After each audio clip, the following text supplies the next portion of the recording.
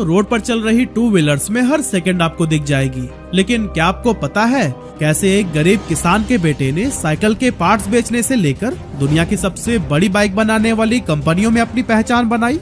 कैसे एक छोटे से कस्बे से शुरू हुआ ये सफर इतनी ऊंचाइयों तक पहुंचा? वैसे तो होंडा ने इस कंपनी के साथ में गद्दारी की, लेकिन फिर भी हीरो आज उससे आगे कैसे निकल गया, सब कुछ हम बहुत डिटेल में जानने वाले हैं आज के इस वीडियो में। क्योंकि ये सिर्फ एक बिजनेस स्टोरी नहीं बल्कि एक ऐसा सफर है जो किसी को भी इंस्पायर कर सकता है।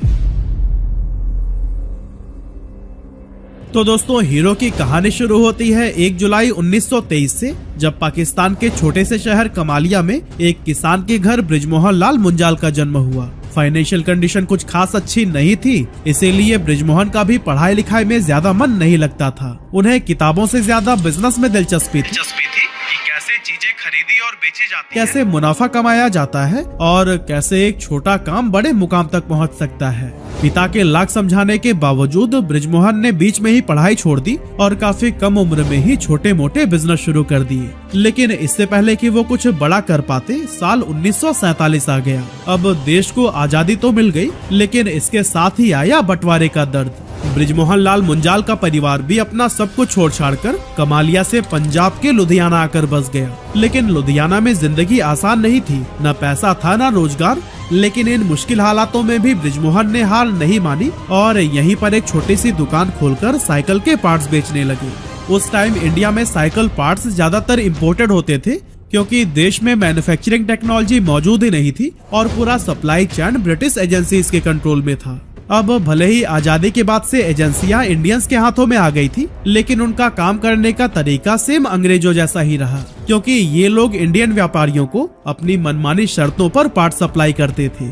खैर, इन सभी प्रॉब्लम्स को फेस करते हुए ही सही, लेकिन बृजमोहन मुंजाल साइकिल पार्ट्स का बिजनेस करते रहे। लेकिन फिर उन्हें एक नया आइडिया आया कि क्यों ना अपने बिजनेस में टायर्स और ट्यूब्स को भी ऐड कर लिया जाए। इसके लिए उन्होंने अपने भाई ओम प्रकाश को डनलॉप कंपनी के ऑफिस में भेजा, जो कि उस टाइम पर टायर और ट्यूब्स का सबसे बड़ा ब्रांड था। लेकिन वहाँ जो हुआ उसने उनका पूरा नजरिया ही बदल दिया। असल में ओम प्रकाश को मैनेजर से मिलवाने के लिए 2 दिनों तक इंतजार कराया गया और इस एक्सपीरियंस ने बृजमोहन मुंजाल को सिखाया कि अगर वो दूसरों पर डिपेंडेंट रहेंगे तो फिर कभी भी ग्रो नहीं कर पाएंगे। इसीलिए उन्होंने खुद प्रोडक्शन के फील्ड में उतरने का फैसला लिया। लेकिन जैसे ही उन्होंने अपने भाइयों को बताया कि अब वो खुद ही साइकिल पार्ट्स को मैन्युफैक्चर करेंगे, तो सबसे बड़ा सवाल यही उठा कि टेक्नोलॉजी कहाँ से आएगी और इन्वेस्टमेंट कौन करेगा। क्योंकि पार्ट्स बनाने के लिए सबसे पहले टूल्स और डाइस तैयार करनी पड़ती और सबसे बड़ा प्रॉब्लम इस फील्ड में ब्रिटिश एजेंसीज की मोनोपोली जो थी। बृजमोहन मुंजाल को पता था कि ये एक हाई रिस्क डिसीजन है, लेकिन फिर भी उन्होंने आगे बढ़ने का फैसला किया। पर दोस्तों, असली चैलेंज तो अभी बाकी ही था, गवर्नमेंट से लाइसेंस हासिल करना। असल में उस समय इंडिया के अंदर मैन्युफैक्चरिंग बिजनेस करने के लिए गवर्नमेंट से लाइसेंस लेना मैंडेटरी था और बिना सही कनेक्शन के ये मिलना लगभग असंभव ही माना जाता था। ऐसे में इस लाइसेंस के लिए मुंजाल भाइयों ने कई बार दिल्ली के चक्कर लगाए, सरकारी दफ्तरों में गए, ऑफिसर्स से मिले और लगातार कोशिश करते रहे। और फिर उनकी मेहनत का नतीजा ये निकला कि 1956 में आखिरकार उन्हें मैन्युफैक्चरिंग लाइसेंस मिल गया, जिसके बाद 50,000 रुपए का लोन लेकर हीरो साइकिल्स की शुरुआत हुई। अब दोस्तों, लाइसेंस तो मिल गया, लेकिन साइकिल पार्ट्स बनाने के लिए मुंजाल भाइयों के पास ना कोई बड़ी फैक्ट्री थी, ना कोई एडवांस टेक्नोलॉजी और ना ही कोई बड़ा इन्वेस्टर सपोर्ट। फिर भी उन्होंने जुगाड़ लगाया और अपने घर के पिछले हिस्से में एक छोटा सा सेटअप बनाकर 2 वर्कर्स और एक सुपरवाइजर के साथ में काम शुरू कर दिया। हीरो साइकिल्स का पहला प्रोजेक्ट था बाइक फोर्क, जिसे एटलस कंपनी को सप्लाई किया जाना था। इसे बनाने के लिए मुंजाल भाई खुद कारीगरों के साथ बैठकर डिजाइन तैयार करते थे और फिर हर पार्ट को हाथ से असेंबल करने के बाद से टेस्ट किया जाता था। इस दौरान कई सारे चैलेंजेस आए, जैसे कि फॉक्स का टूटना, वेल्डिंग क्रैक होना और डिजाइन फेलियर जैसे कई सारे। लेकिन मुंजाल ब्रदर्स ने हार नहीं मानी। काफी दिनों की मेहनत और ट्रायल्स के बाद में आखिरकार एक ऐसा फॉर्क बना जो कि सभी भाइयों को पसंद आया।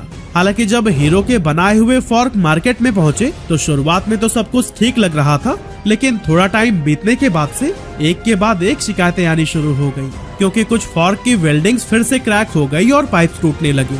ये देखकर डीलर्स भड़क उठे और पूरा माल वापस भिजवा दिया। अब दोस्तों, यहाँ हीरो साइकिल्स के सामने 2 बड़े चैलेंजेस थे। पहला, रेपुटेशन खराब होने का डर क्योंकि बिजनेस अभी अभी शुरू हुआ था और अगर मार्केट में नेगेटिव इमेज बन गई तो फिर से खड़ा होना मुश्किल होता। और दूसरा फाइनेंशियल लॉस, पहले ही सारा पैसा मशीनरी और सेटअप में लग चुका था। अब अगर पूरे पैसे वापस डीलर को लौटाने पड़े तो फिर कंपनी की जेब खाली हो सकती थी। लेकिन फिर भी मुंजाल ब्रदर्स ने बिना कोई बहाना बनाए सभी डीलर्स का पूरा पैसा वापस कर दिया। इस डिसीजन से भले ही उनकी जेब खाली हो गई थी, लेकिन हीरो ब्रांड की इज्जत बच गई। इसके बाद उन्होंने फिर से मेहनत शुरू की, डिजाइन में सुधार किया, मैन्युफैक्चरिंग प्रोसेस को इम्प्रूव किया, जिसके बाद इस बार जब नया फॉर्क मार्केट में आया तो फिर वो सुपरहिट हो गया। अब शुरुआत में कुछ साल तो सब कुछ ठीक ठाक चल रहा था, लेकिन फिर मुंजाल ब्रदर्स को एहसास हुआ कि असली सक्सेस सिर्फ साइकिल पार्ट्स बेचने में नहीं है। अगर उन्हें बड़ा ब्रांड बनना है तो उन्हें पूरी साइकिल बनानी होगी, वो भी ऐसे साइकिल जो आम आदमी के लिए अफोर्डेबल तो हो ही, साथ ही सस्ती, मजबूत और टिकाऊ भी हो। अब दोस्तों, कंपनी मैक्सिमम साइकिल पार्ट्स को खुद ही बना रही थी, ऐसे में कॉस्ट कटिंग को वो काफी हद तक मैनेज कर सकती थी। लेकिन एक जगह आकर उनका पहिया रुक जाता था, जो था साइकिल का हैंडल। असल में उस टाइम मार्केट में सिर्फ एक ही हैंडल सप्लायर था और उसे अच्छी तरह से पता था कि उसके बिना कोई भी साइकिल पूरी नहीं हो सकती। इसीलिए उसने अपनी मोनोपोली का फायदा उठाते हुए प्राइस बहुत ज्यादा हाई कर दी। ऐसे में मुंजाल भाइयों के पास दो ऑप्शंस थे, या तो वो ज्यादा रेट्स पर वही हैंडल खरीदें जिससे कि साइकिल की कीमत भले ही बढ़ जाती पर ये एक सेफ ऑप्शन था, या फिर खुद की मैन्युफैक्चरिंग करें जिसमें पूरी तरह से फेल होने का भी रिस्क था। लेकिन फिर भी मुंजाल भाइयों ने दूसरा ऑप्शन ही चुना। उन्होंने तय किया कि दूसरों पर डिपेंडेंसी खत्म करने के लिए वो खुद ही हैंडल बनाएंगे। इसके लिए मुंजाल भाइयों ने लोकल कारीगरों और रामगढ़िया कम्युनिटी के स्किल्ड कारीगरों की मदद ली। ये लोग ट्रेंड इंजीनियर्स तो नहीं थे, लेकिन उनकी कारीगरी पूरे लुधियाना में मशहूर थी। बृजमोहन मुंजाल खुद इन कारीगरों के साथ बैठते, डिस्कस करते, प्रॉब्लम को समझते और उनके प्रैक्टिकल सॉल्यूशंस निकालते। आखिरकार कई महीनों की मेहनत के बाद वो पल आ ही गया जब हीरो ने अपनी पहली पूरी तरह से खुद की बनाई हुई साइकिल मार्केट में लॉन्च की। ये साइकिल अफोर्डेबल होने के साथ साथ इंडियन कंडीशंस के लिए बिल्कुल परफेक्ट थी। चाहे कच्ची सड़क हो या पक्की, गांव के रास्ते हो या शहर के, हर जगह ये आसानी से चल सकती थी। और ये स्टाइलिश होने के साथ साथ इतनी मजबूत भी थी कि किसानों की टोकरी और दूध बेचने वालों के बड़े बड़े कैंस का वजन भी आसानी से झेल सकती थी। यही वजह थी कि इन साइकिल्स को खूब पॉपुलैरिटी मिली और देखते ही देखते उनका ये बिजनेस इतना तेजी से बढ़ने लगा कि सिर्फ 10 सालों के अंदर ही, यानी 1966 में हीरो साइकिल्स सालाना 1 लाख से भी ज्यादा साइकिल्स बना रही थी। लेकिन ये तो बस अभी शुरुआत थी, क्योंकि अगले कुछ ही सालों में हीरो साइकिल्स ने सफलता के ऐसे झंडे गाड़े जो किसी ने भी नहीं सोचा था। क्योंकि जो कंपनी कभी एक दिन में सिर्फ 25 साइकिल्स बनाती थी, 1980s तक वो हर दिन 19,000 साइकिल्स बनाने लगी। और दोस्तों 1986 में तो उन्होंने इतिहास ही रच दिया, जब हर साल 22 लाख से ज्यादा साइकिल्स बनाने के साथ ही हीरो साइकिल्स का नाम Guinness book of world records में दर्ज हो गया। क्योंकि हीरो सिर्फ भारत ही नहीं बल्कि दुनिया की सबसे बड़ी साइकिल बनाने वाली कंपनी बन गई थी। धीरे धीरे हीरो साइकिल्स ने अपना कारोबार मिडिल ईस्ट, अफ्रीका, एशिया और यूरोप की 89 कंट्रीज तक फैला लिया था। लेकिन इसी एक्सपेंशन के दौरान बृजमोहन लाल मुंजाल ने एक नई अपॉर्चुनिटी देखी। असल में मुंजाल जी ने जब इंटरनेशनल मार्केट को ऑब्जर्व किया तो उन्होंने देखा कि दुनिया में मोटरसाइकिल्स की डिमांड तेजी से बढ़ रही है। भारत में भी लोग अब साइकिल की जगह मोपेड और मोटरसाइकिल्स की ओर शिफ्ट हो रहे थे। लेकिन उस टाइम इंडियन मोटरसाइकिल मार्केट पर रॉयल एनफील्ड, जावा, राजदूत और बजाज जैसे कुछ गिने चुने कंपनियों का ही दबदबा था। लेकिन इनमें एक बड़ी प्रॉब्लम थी, या तो ये बाइक्स बहुत महंगी थी या फिर माइलेज के मामले में बिल्कुल बेकार। यही वो मोमेंट था जब मुंजाल जी को एक बड़ा मौका दिखा। उन्होंने सोचा कि अगर हीरो एक ऐसी मोटरसाइकिल बना दे जो सस्ती हो, मजबूत हो और माइलेज भी जबरदस्त दे, तो वो मार्केट को पूरी तरह से डिसरप्ट कर सकते थे। लेकिन इस प्लान में सबसे बड़ी प्रॉब्लम ये थी कि हीरो के पास बाइक का इंजन बनाने की टेक्नोलॉजी ही नहीं थी। असल में उस टाइम पूरे इंडिया में कोई भी कंपनी खुद से इंजन डेवलप नहीं कर सकती थी। अब अगर हीरो को मोटरसाइकिल इंडस्ट्री में एंट्री करनी थी तो उन्हें किसी बड़ी इंटरनेशनल कंपनी के साथ में पार्टनरशिप करनी पड़ती ताकि वो उनकी टेक्नोलॉजी का यूज कर सके। लेकिन सवाल ये था कि पार्टनरशिप आखिर किसके साथ की जाए। इसी दौरान जापान की leading automobile company Honda global level पर काफी तेजी से पॉपुलर हो रही थी। 1980s तक होंडा का market presence Japan, America, Europe, south east Asia और लैटिन अमेरिका तक फैल चुका था, लेकिन इतनी बड़ी सफलता के बावजूद वो इंडियन मार्केट में एंटर नहीं कर पा रही थी। वजह थी सरकार की पॉलिसीज। असल में उस समय हमारी सरकार विदेशी कंपनीज को सीधे भारत में कारोबार करने की परमिशन नहीं देती थी। अगर किसी इंटरनेशनल ब्रांड को इंडिया में एंटर करना था तो इसके लिए पहले उसे यहाँ के किसी लोकल कंपनी के साथ में कोलैबोरेशन करना जरूरी था। ऐसे में होंडा को एक ऐसा लोकल प्लेयर चाहिए था जो कि उन्हें भारत में एंट्री दिला सके, और दूसरी तरफ हीरो भी एक ऐसे पार्टनर की तलाश में था जो कि उन्हें टेक्नोलॉजी प्रोवाइड कर सके। बृजमोहन लाल मुंजाल ने इस मौके को पहचान लिया और होंडा को एक पार्टनरशिप का प्रपोजल भेजा। होंडा के लिए एक गोल्डन अपॉर्चुनिटी थी क्योंकि वो काफी लंबे समय से इंडिया जैसी बड़ी मार्केट में एंट्री करने का रास्ता ढूंढ रहा था, और फिर इस तरह से 1984 में हीरो और होंडा की पार्टनरशिप फाइनल हुई और हीरो होंडा की नींव रखी गई। यह भारत की पहली joint venture two wheeler company बनी जिसने इंडस्ट्री का पूरा गेम बदल दिया। हीरो होंडा ने हरियाणा में अपना पहला प्लांट लगाया और 1985 में CD100 नाम की एक मोटरसाइकिल को लॉन्च किया जो कि इंडियन टू व्हीलर इंडस्ट्री के लिए गेम चेंजर साबित हुई। असल में उस टाइम तक मोटरसाइकिल्स को लग्जरी प्रोडक्ट माना जाता था जो कि सिर्फ अमीर लोग अफोर्ड कर सकते थे। वहीं आम इंडियन फैमिलीज के लिए बजाज चेतक जैसे स्कूटर्स ज्यादा अफोर्डेबल और रिलायबल थे, लेकिन CD100 ने इस परसेप्शन को बदलते हुए साबित किया कि एक मोटरसाइकिल भी सस्ती, ड्यूरेबल और फ्यूल एफिशिएंट हो सकती है। क्योंकि रॉयल एनफील्ड जहां 30 से 35 किलोमीटर का माइलेज देती थी, बजाज चेतक 40 से 50 किलोमीटर का, वहीं CD100 80 kmpl के जबरदस्त माइलेज के साथ मार्केट में आई। हीरो होंडा ने इसे feel it, shut it, forget it की टैगलाइन के साथ में प्रमोट किया, जिससे यह मिडिल क्लास कंज्यूमर्स के लिए परफेक्ट चॉइस बन गया। CD100 की खास बात ये थी कि बजट फ्रेंडली होने के साथ साथ इसका मेंटेनेंस भी काफी सस्ता था।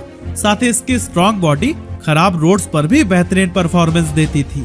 CD100 की सक्सेस ने एक नया अफोर्डेबल कम्यूटर बाइक सेगमेंट को खोल दिया, और दोस्तों इस बाइक की जबरदस्त पॉपुलैरिटी को देखकर बाकी कंपनियां भी एक्टिव हो गयी। बजाज जो सिर्फ स्कूटर बनाती थी उसने मोटरसाइकिल्स बनाने शुरू कर दी। यामाहा, सुजुकी और TVS जैसे ब्रांड्स भी इंडियन मार्केट में उतर आए। 1989 में हीरो होंडा ने अपनी स्लीक मोटरसाइकिल लॉन्च की और फिर CD100 SS और CD100 डिलक्स भी आई। हालांकि 1990s में जापानीज करेंसी फ्लक्चुएशन की वजह से स्पेयर पार्ट्स काफी महंगे हो गए, जिससे हीरो होंडा के लिए लो कॉस्ट बाइक बनाना थोड़ा मुश्किल हो गया। लेकिन मुंजाल भाइयों ने अपना खुद का प्रॉफिट मार्जिन कम करके सस्ती बाइक्स बेचनी जारी रखी। इसके बाद 1994 में हीरो होंडा ने स्प्लेंडर लॉन्च की, जो कि भारत की सबसे ज्यादा बिकने वाली मोटरसाइकिल बनी।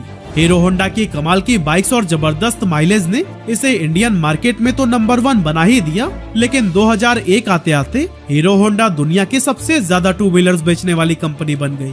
अब तक पिछले 2 दशकों से हीरो और होंडा की partnership Indian two wheeler market की सबसे सक्सेसफुल ज्वाइंट वेंचर थी। ये दोनों मिलकर पूरे मार्केट पर राज कर रहे थे और हीरो होंडा का हर मॉडल सुपर हिट हो रहा था।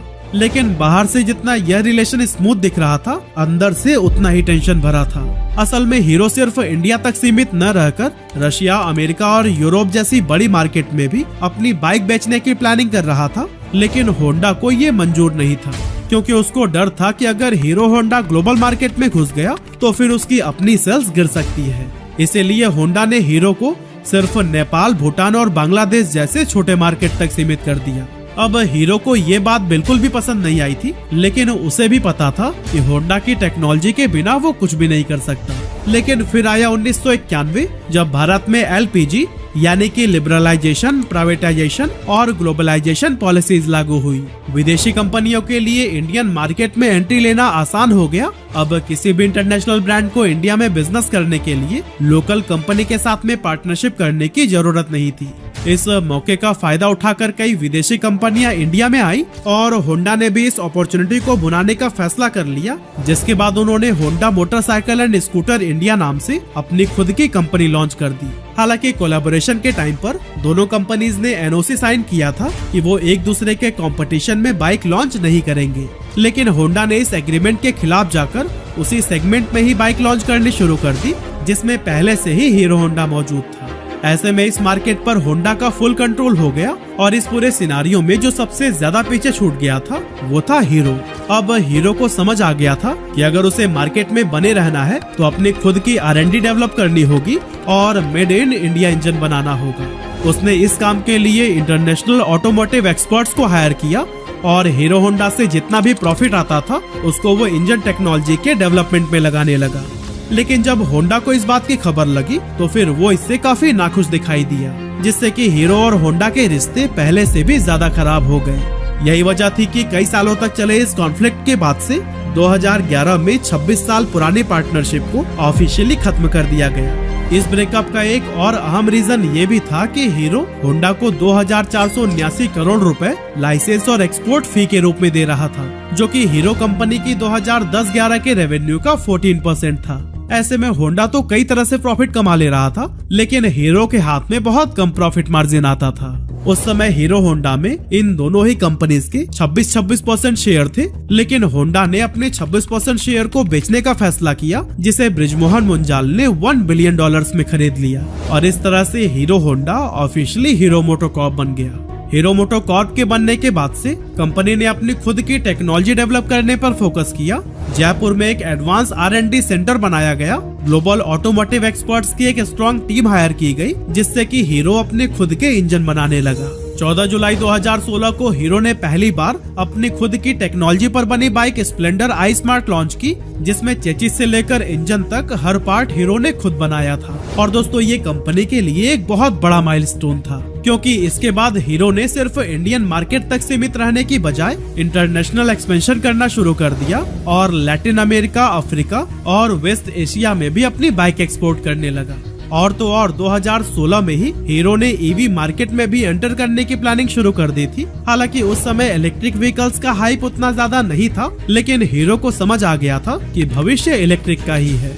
इसीलिए कंपनी ने एथर एनर्जी में 30% स्टेक बाय किया, ताकि फ्यूचर में इलेक्ट्रिक सेगमेंट में भी अपनी जगह बना सके। इसके बाद हीरो मोटोकॉर्प ने 1 मई 2019 को इंडिया में X+200 एडवेंचर मोटरसाइकिल लॉन्च की, जो कि रॉयल एनफील्ड हिमालयन को टक्कर दे रही थी।